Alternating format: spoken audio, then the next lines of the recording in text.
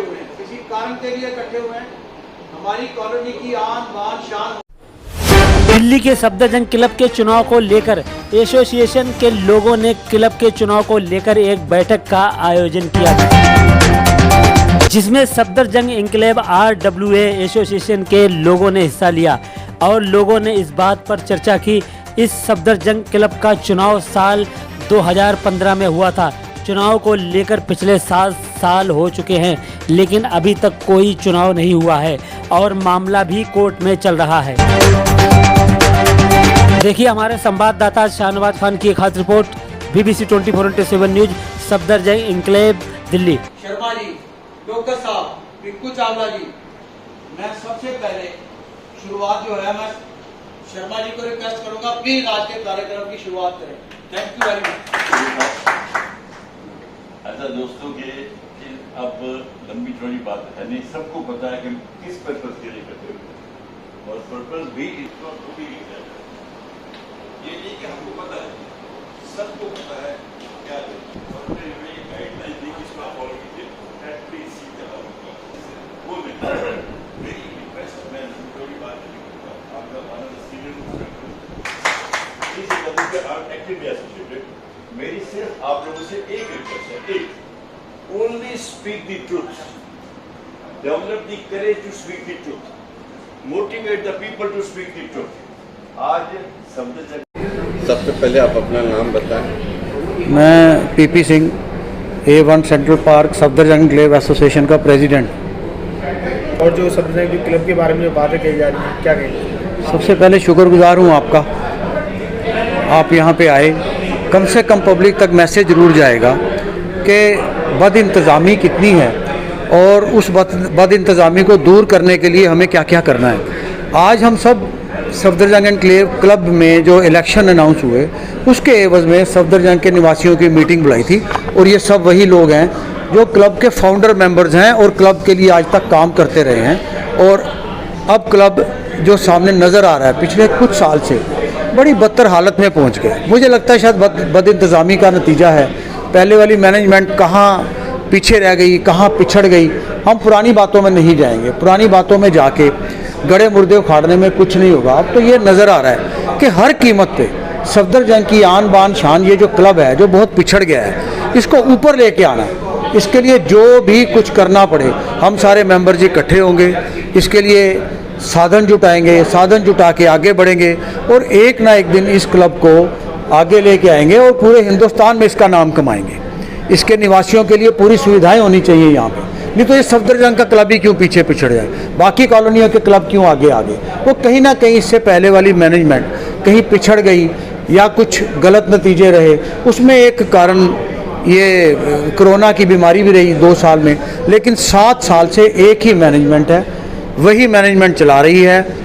कोर्टों में केस भी हो गए हैं, पता नहीं और क्या क्या हो गया है। उसमें नहीं जाते हम, उस कंट्रोवर्सी में नहीं जाते, आगे की सोचते हैं। तो आज की जो टीम है वो यही करने जाएगी, इसका फ्यूचर संवारेगी, क्लब की हालत संवारे, लोगों के लिए सुख सुविधाएं पैदा करे ताकि इन रेजिडेंट्स को क्लब का फ़ायदा हो और सफदरजंग का क्लब हर कीमत पे ऊपर लेके आना है। किन किन देखिए, सबसे पहला मुद्दा तो ये है कि ये इलेक्शंस हमारे जो 7 साल से पेंडिंग थे वो अब जाकर थोड़े बहुत फाइनलाइज हुए हैं, और वो भी गलत सिस्टम पर, प्रॉक्सी के सिस्टम के ऊपर, जो हमारे क्लब के रूल्स रेगुलेशंस में है ही नहीं। हमने बहुत कोशिश करी है, हम केस भी करा है हमने, बट जैसे सही कहा जाता है जुडिशरी के ऊपर हम कुछ नहीं बोल सकते, बट येट हम ट्राई कर रहे हैं।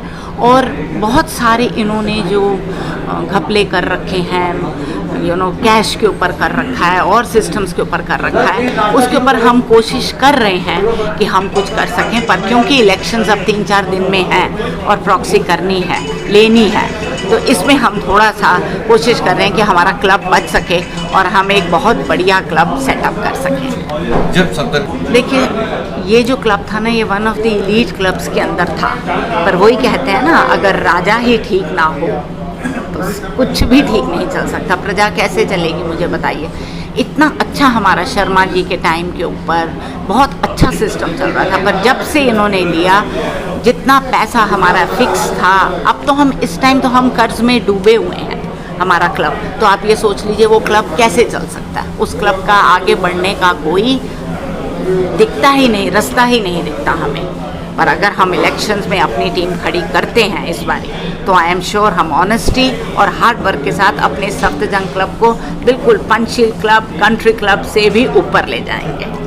एनक्लेव की रेजिडेंट हूँ और इस क्लब हमारा बहुत सालों से आना जाना है और मैं यहाँ पर 40 साल से सफ्दरजंग क्लब में, सफ्दरजंग एनक्लेव में रह रही हूँ। Thank you so much. बताइए। जी, मेरा नाम पायल कपूर है। पायल जी क्या कहेंगे? आई थिंक एक ही कारण है कि लोग ट्रांसपेरेंट नहीं है एंड कोई भी काम ईमानदारी से नहीं हो रहा है, क्योंकि अगर आप ईमानदार हैं आपको किसी से डरने की ज़रूरत नहीं होती। First and foremost it's a very very important fact of life.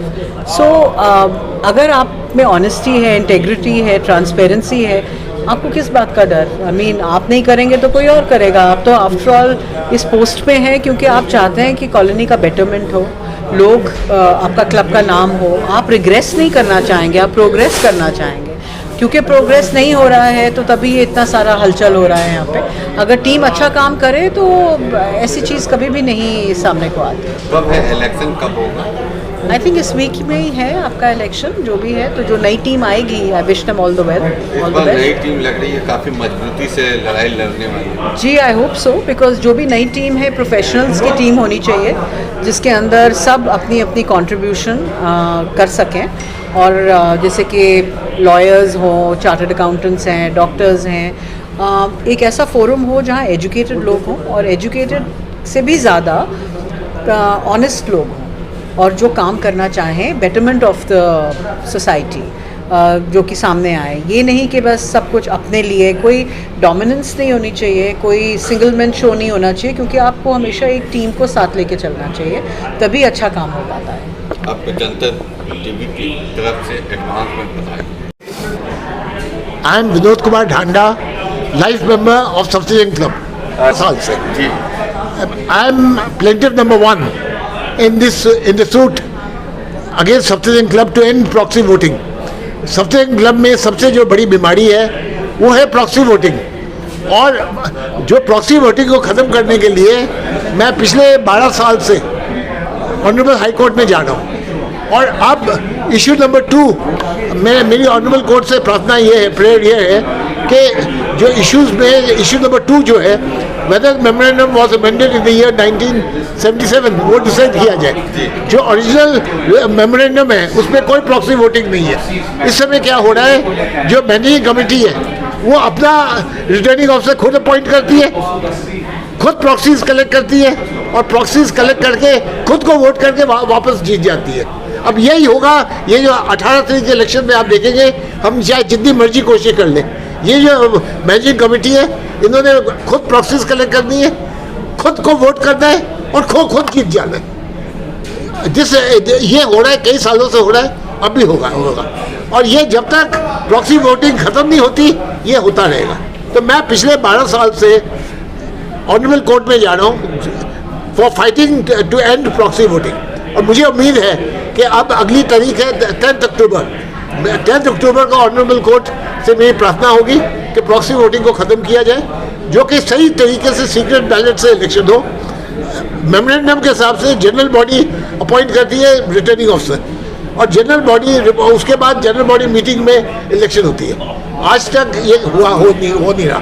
इस समय अजय अविनाशी एडवोकेट है, उसने अपना एक फ्रेंड एडवोकेट अपॉइंट कर लिया रिटर्निंग ऑफिसर, खुद का रिटर्निंग ऑफिसर, खुद की प्रॉक्सी, और खुद को वो इलेक्शन जीत जाएगा। आप ये देखेंगे 18 तारीख शाम को अजय अविनाशी इलेक्शन जीत जाएगा, चाहे हम जितनी मर्जी कोशिश कर लें, क्योंकि उसकी खुद की प्रॉक्सी, खुद का रिटर्निंग ऑफिसर, और खुद अपने आप को जिता देगा।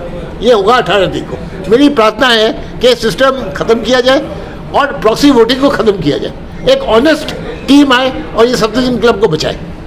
Thank you. मेरा नाम है रमेश्वर सहाय। देखिए, कहीं पे भी इम्प्रूवमेंट करना है तो सबसे ज़्यादा ज़रूरी होता है एक सिस्टम बनना, और सिस्टम को बनने के अंदर सिस्टम के अगर हिसाब से अगर आप चलें तो आप कोई भी चीज़ को अच्छे से चला सकते हैं। पर जब कोई आदमी सिस्टम से ऊपर हो जाए तो वो अपने हिसाब से चलता है। हो सकता है वो अच्छा करे, पर अगर जब वो आदमी जब वो इस दुनिया से जाएगा या बाहर जाएगा तब सिस्टम का क्या होगा? कुछ नहीं हो सकता। इसलिए हमेशा आपको सिस्टम के हिसाब से चलना चाहिए। और सिस्टम को जो अभी तक हम देखते हुए आए हैं, यहाँ पे जितने भी लोग हैं किसी ने कोई रूल रेगुलेशन फॉलो नहीं कर रहे। कोई एजीएम हर साल 1 साल में करना था वो उस हिसाब से कर नहीं रहे। उसके अंदर जो उनको इलेक्शन कराने चाहिए थे नहीं कर रहे। 2 साल का टेन्योर था, उससे कहीं ज़्यादा एक्सीड कर रहे हैं। तो आप कहीं का कब्जा, एक तरीके से आप कहने का मतलब है कि आपका एक तरीके से कब्जा कर रखा है और उसका फ़ायदा उठा रहे हैं। अब जो टीम हम लेके आना चाहते हैं उसमें हमने आइडेंटिफाई किया है मिस्टर पीपी सिंह को, जो सिस्टम को समझते हैं और जो सिस्टम को समझते हैं और सिस्टम की रिस्पेक्ट करते हैं। तो वो लोग हैं जो एक क्लीन एडमिनिस्ट्रेशन दे सकते हैं। जितने भी उन्होंने आज बात की, उन्होंने सिर्फ वही बात की कि हमको सच्चाई के साथ, ट्रांसपेरेंसी के साथ करना है और सबके फायदे के हिसाब से करना है। किसी का कोई नहीं है। Everyone is going to be working within the system and he is also going to be the part of the system. No is going to be above the system. Thank you. बहुत अच्छी बात।